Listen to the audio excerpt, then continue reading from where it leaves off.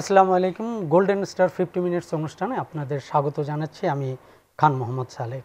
আজ পবিত্র লাইলাতুল বরাত, মহিমান্বিত রাত, শ্রেষ্ঠ রাত, এই রজনী নিয়ে আমরা আজকে কথা বলবো। আমাদের আজকের বিষয় লাইলাতুল বরাতের তাৎপর্য। আমাদের অতিথি ঢাকা বিশ্ববিদ্যালয়ের এই ইসলামিক স্টাডিজ বিভাগের অধ্যাপক ডক্টর মোহাম্মদ আব্দুর রশিদ এবং কাদেরিয়া তৈয়বিয়া কামিল মাদ্রাসার উপাধ্যক্ষ আবুল কাশেম মোহাম্মদ ফজলুল হক।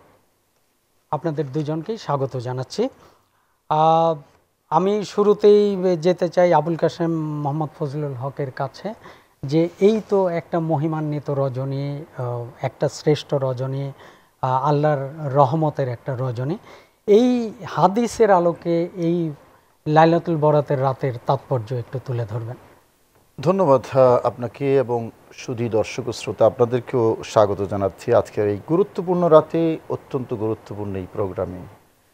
কোরআনে করিম এবং হাদিস শরীফে যে কয়েকটি রাতকে বিশেষভাবে মূল্য দেওয়া হয়েছে এবং আমাদের এই ধর্ম আমাদেরকে যেই মর্যাদা এবং ফজিলত দিয়েছেন কিছু কিছু সময়ের মাধ্যমে, তন্মধ্যে নিঃসন্দেহে আজকের রাত লাইলাতুল বরাত বা শবে বরাত যাকে আমরা চিনি, এই রাতটি অন্যতম।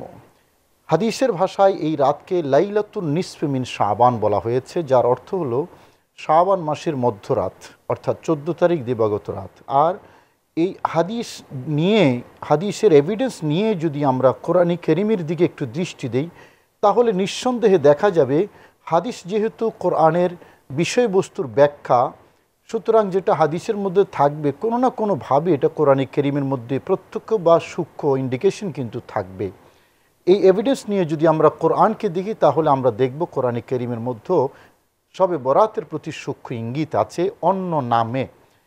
যাই হোক, আমাদের প্রচলিত পরিভাষায় যাকে আমরা শবে বরাত বলি, হাদিসের ভাষায় লাইলাতুন নিসফি মিন শাবান। আমি প্রথমেই একটি হাদিস শরীফ কোট করতে চাই এখানে, এবং এই হাদিস যেটি কোট করব এটা সর্বযুগে সর্বমহলের সকল উলামায়ে কেরাম যেটাকে অথেন্টিক সহিহ হিসেবে চিহ্নিত করেছেন, গ্রহণ করেছেন, এবং এই হাদিস এবং এই সকল হাদিস দিয়েই শবে বরাতের ফজিলত এবং তাৎপর্য উম্মতের কাছে তুলে ধরেছেন। হাদিসটি হলো হজরতে মুআজ বিন জাবাল নামে একজন অত্যন্ত বয়োজ্যেষ্ঠ এবং অত্যন্ত গ্রহণীয় একজন সাহাবী ছিলেন, ইন্টেলেকচুয়াল সাহাবী বলা হয় ওনাকে, মুআজ বিন জাবাল রাদিয়াল্লাহু তাআলা আনহু। তিনি এই হাদিসের বর্ণনাকারী এবং হাদিসটি যেই গ্রন্থে গ্রথিত হয়েছে সেই গ্রন্থটির নাম হলো সহিহ ইবনে হিব্বান, এবং আরও অনেক গ্রন্থে আছে, মূল সোর্স হলো সহিহ ইবনে হিব্বান।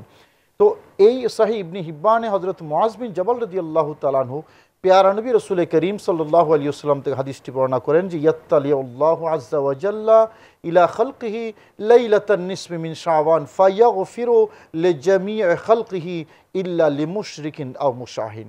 এই একটি মাত্র হাদিস আমি কোট করলাম, আরও আছে নিশ্চয়ই স্যার কোট করবেন সেগুলো। তো আল্লাহ পাক রব্বুল আলামিন লাইলাতুন নিসফি মিন শাবান অর্থাৎ শাবান মাসের মধ্যরাতে আল্লাহর সৃষ্টি জগতের প্রতি বিশেষ দয়া, বিশেষ মায়া এবং বিশেষ মাগফিরাতের দৃষ্টি দিয়ে দেখেন।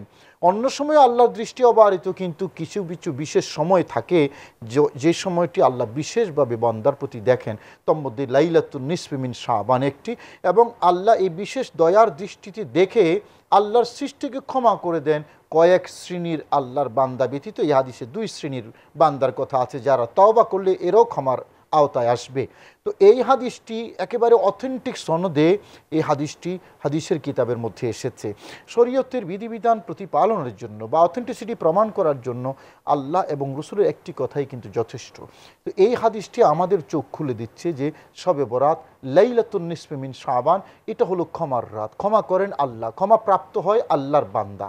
ডক্টর আব্দুর রশিদ, আপনি বলুন এই রাতের তাৎপর্য নিয়ে। পাশাপাশি এই রাতে মানুষ অনেক কিছুই করেন, কোরআন খতম করেন, তারপর জিকির করেন, নফল নামাজ করেন, সবচেয়ে বেশি করেন নফল নামাজ। এই নফল নামাজের ফজিলতটাও বলবেন তাৎপর্য সহ। ধন্যবাদ আপনাকে। মাই টিভি যেখান থেকে যিনি দেখছেন সকল সম্মানিত দর্শক শ্রোতাকে আমি সালাম জানাচ্ছি, স্বাগত জানাচ্ছি। এতক্ষণ মাওলানা আবুল কাশেম ফজলুল হক অত্যন্ত সহি এবং গুরুত্বপূর্ণ একটি হাদিসের আলোকে কথা বলেছেন। দেখুন, এ সংক্রান্ত যে হাদিসগুলো রয়েছে পবিত্র হাদিস গ্রন্থগুলোতে, সেগুলো বর্ণনাকারী কে, এই বিষয়গুলো লক্ষ্য করলে আমরা দেখতে পাই যে নবী সাল্লাল্লাহু আলাইহি ওয়াসাল্লামের তার জামাতা চতুর্থ খলিফা হজরত আলী মুরতদা রাদিয়াল্লাহু তাআলা আনহু থেকে বর্ণিত একটি হাদিস। তিনি বলছেন যে ইজা কানাত লাইলাতুন নিসফি মিন শাবান ফাকুমু লাইলাহা ওয়া সুমু ইয়াওমাহা, বা এভাবে অন্য শব্দ দিয়েও বিভিন্ন জায়গায় বর্ণিত হয়েছে। এর অর্থ হচ্ছে যখন 15ই শাবানের রজনী আসে তখন তোমরা রাত জেগে ইবাদত করো। হাদিসের ভাষা হচ্ছে কুমু, দাঁড়াও, দাঁড়াও মানে বেশি নামাজ পড়ো, নফল নামাজ পড়ো, এবং অসুমু ইয়াউমাহা, এবং দিনের বেলা রোজা রেখো। তো হজরত আলী রাদিয়াল্লাহু তাআলা আনহু ছিলেন নবী সাল্লাল্লাহু আলাইহি ওয়াসাল্লামের ঘরের লোক। তার জামাতা, তার কলিজার টুকরা মা ফাতেমাতুজ জোহরা রাদিয়াল্লাহু তাআলা আনহার স্বামী, জান্নাতের সর্দার ইমাম হাসান হুসাইনের আব্বাজান। আচ্ছা, আরেকটা হাদিসে যিনি রাসূল পাক সাল্লাল্লাহু আলাইহি ওয়াসাল্লামের স্ত্রী, আমাদের মা উম্মাহাতুল মুমিনিন মা আয়েশা সিদ্দিকা রাদিয়াল্লাহু তাআলা আনহা বলতেছেন যে আমি একদিন ঘুমিয়েছিলাম, গভীর রাতে আমার ঘুম ভেঙে গেল। আমি ঘুমালাম নবীজিকে পাশে নিয়ে, কিন্তু রাতে তাকে দেখছি না। আমি খুব ভয় পেয়ে গেলাম, তাকে খুঁজতে শুরু করলাম। খুঁজতে গিয়ে আমি তাকে জান্নাতুল বাকিতে কবরের পাশে দাঁড়িয়ে মোনাজাতরত দেখতে পাইলাম। তখন নবীজি আমাকে দেখে জিজ্ঞেস করলেন, তুমি ভয় পেয়ে গেছো? আমি বললাম যে ইয়া রাসূলুল্লাহ, অবশ্যই। আমি ভাবছি আপনি কোনো স্ত্রীর ঘরে গেলেন কিনা বা কোথাও কোনো সমস্যা হলো কিনা। নবীজি বললেন, না, এটি কোন রাত জানো? এটি 15ই শাবানের রাত। আর এই মোবারক রাতে তুমি জানো আরবের শ্রেষ্ঠ পশুপালনকারী গোত্র বনি কালব, ওই বনি কালব গোত্রে যত বকরি, দুম্বা, যত পশু রয়েছে তার গায়ে যত পশম আছে তার চেয়েও বেশি জাহান্নামীকে আল্লাহ ক্ষমা করবেন। অতএব আমি কিভাবে শুয়ে থাকতে পারি? একটু যদি বলি, এর কদিন আগে নবীজির কলিজার টুকরা রাসূলুল্লাহ সাল্লাল্লাহু আলাইহি ওয়াসাল্লামের বড় মেয়ে জায়নাব রাদিয়াল্লাহু তাআলা আনহা ইন্তেকাল করলেন। আর মক্কার শেষ জীবনে এসে তার প্রিয়তমা স্ত্রী মা খাদিজাতুল কুবরা দুনিয়া ছেড়ে চলে গেলেন। তো মায়ের স্মৃতি মেয়ে, সেই মেয়েটি নবীজির চলে গেল কদিন আগে, এবং এই মোবারক রাত সামনে। দেখুন নবীজি তার আরও কিছু সাহাবীদের কবর সেখানে চলে গেলেন, চোখের পানি ছেড়ে তিনি মোনাজাত করছেন। তাহলে দেখুন, যার কোনো পাপ নেই, এমন নিষ্পাপ একজন ব্যক্তি, যিনি সর্বযুগের সর্বশ্রেষ্ঠ আল্লাহর বান্দা, তিনি দোয়া করতে গেলেন এই মোবারক রাতে। তার রাতটি কত বরকতপূর্ণ! এভাবে আরও হাদিস রয়েছে। যেমন রাসূলুল্লাহ সাল্লাল্লাহু আলাইহি ওয়াসাল্লাম তখন বললেন যে কি দোয়া তুমি পড়বে। পাশাপাশি আমরা আরও অনেক সাহাবায়ে কেরাম থেকে এই ধরনের হাদিস বর্ণিত, যেখানে বলা হয়েছে যে মহান আল্লাহ পাক রব্বুল আলামিন এই মোবারক রাতে আগামী 1 বছরে যারা জন্মলাভ করবেন, যারা মৃত্যুবরণ করবেন, কাদের কি খাদ্য হবে, কোথায় কি দুনিয়া, সেটা একটা ব্যবস্থা, একটা স্যাংশন এই রাতে করা হয়। এবং আল্লাহ রব্বুল আলামিন যারা ইন্তেকাল করবেন তাদের লিস্ট আজরাইলের হাতে দেন, যারা জন্মলাভ করবেন তাদের খাদ্য খাবার বিভিন্ন বিষয় সম্পর্কে ঘোষণা দেন। তো এটি হলো হাদিসের ভাষা অনুযায়ী আল্লাহ পাক রব্বুল আলামিনের জগতে জগৎবাসীর একটা বাজেটেরও রাত্র। তো আল্লাহ রসুল সাল্লাল্লাহু আলাইহি ওয়াসাল্লামের আরেকটা হাদিস, যে মা আয়েশা সিদ্দিকা রাদিয়াল্লাহু তাআলা আনহা বলেন নবীজি লম্বা সাজদা দিয়ে, দীর্ঘ সাজদা দিয়ে এই রাতে নামাজ পড়েছেন। তাহলে আমরা পেলাম কি? তার ঘরের স্ত্রী বলছেন তিনি কবর জিয়ারত করছেন, লম্বা সাজদায় নামাজ পড়ছেন। তার জামাতা বলছেন রাসূল সাল্লাল্লাহু আলাইহি ওয়াসাল্লামের এ বিষয়ে কথা, যে রাত জেগে বন্দেগী করো এবং দিনের বেলা রোজা রেখো। তো এই যে 15ই শাবানের রাত, সেটি অত্যন্ত গুরুত্বপূর্ণ। যদিও বা আমরা বলি শবে বরাত, এই শবে বরাত শব্দটি নিয়ে কারোর হয়তো আপত্তি থাকতে পারে। আমাদের দেশে মোগলরা শাসন করেছেন দীর্ঘদিন, এদেশে যারা ইসলাম প্রচার করেছেন সেই পবিত্র আত্মা আল্লাহর অলিগণ ইরান এবং ওই অঞ্চল থেকে এসেছেন, তাদের ভাষা ফার্সি, যার কারণে যেমন নামাজ রোজা দুটো কিন্তু আরবি শব্দ নয়, ফার্সি। এখন যদি আমি বলি নামাজ তো নাই কোরআনে, এটা পড়বো কিনা, রোজা তো নাই কোরআনে, হাদিসে কি পড়ব, এটা হবে মূর্খতা। অতএব কোরআনে আরবি সাওম শব্দ আছে, সালাত শব্দ আছে, ঠিক শবে বরাতের আরবি শব্দ কোরআনে লাইলাতুম মুবারাকা, সূরা দোখানের মধ্যে খুঁজবে পাওয়া যাবে লাইলাতুম মুবারাকা, এবং বলা হয়েছে ফিহা ইউফরাকু কুল্লু আমরিন হাকিম। এই রাতে মহান আল্লাহ সকল বড় বড় কর্মের সিদ্ধান্ত ফয়সালা করেন, যেটি মহান হাদিসে রসুল ব্যাখ্যা করেছেন যে কোথায় কি।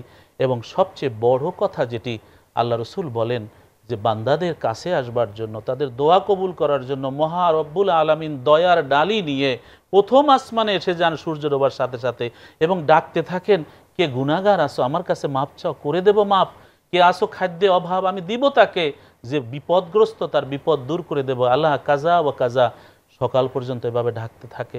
দেখুন এই মহা মুবারক রাতে কিভাবে আমরা ইবাদত না করে বসে থাকতে পারি। মৌলানা আবুল কাশেম মোহাম্মদ ফজলুল হক, এই যে কথাটি উনি বললেন যে নামের কারণে কোথাও লাইলাতুল মুবারক, আরবিতে লাইলাতুল মুবারক, আমাদের এখানে এসেছে ফার্সি ভাষা থেকে শবে বরাত, এই যে নামের যে পার্থক্য, এটার কারণে কি বিভিন্ন দেশে এর আয়োজনে কি ভিন্নতা আছে কিনা? না, আয়োজনের মধ্যে কোনোই ভিন্নতা নাই, কারণ আয়োজনটা হয় ইবাদতের আয়োজন, ইবাদত সংশ্লিষ্ট রাত। তবে নাম সম্পর্কে আমাদের মোহতারাম আব্দুর রশিদ স্যার যেটা বললেন, আমি একটু যোগ করি সেখানে। দেখুন, নাম কোনো বড় বিষয় নয়।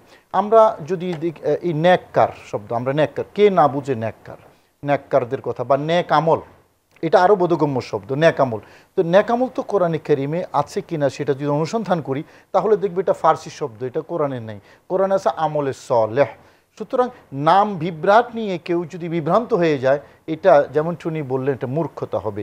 মূলত আমাদের এই ধর্মে আমরা পৃথিবীর অন্যান্য জায়গায় যদি আমরা করি, যেমন আমরা ঈদ মিলাদুন্নবী যেটা বলি, কোনো রাষ্ট্রটাকে সিনকা রসুল বলে, সিনকা রসুল।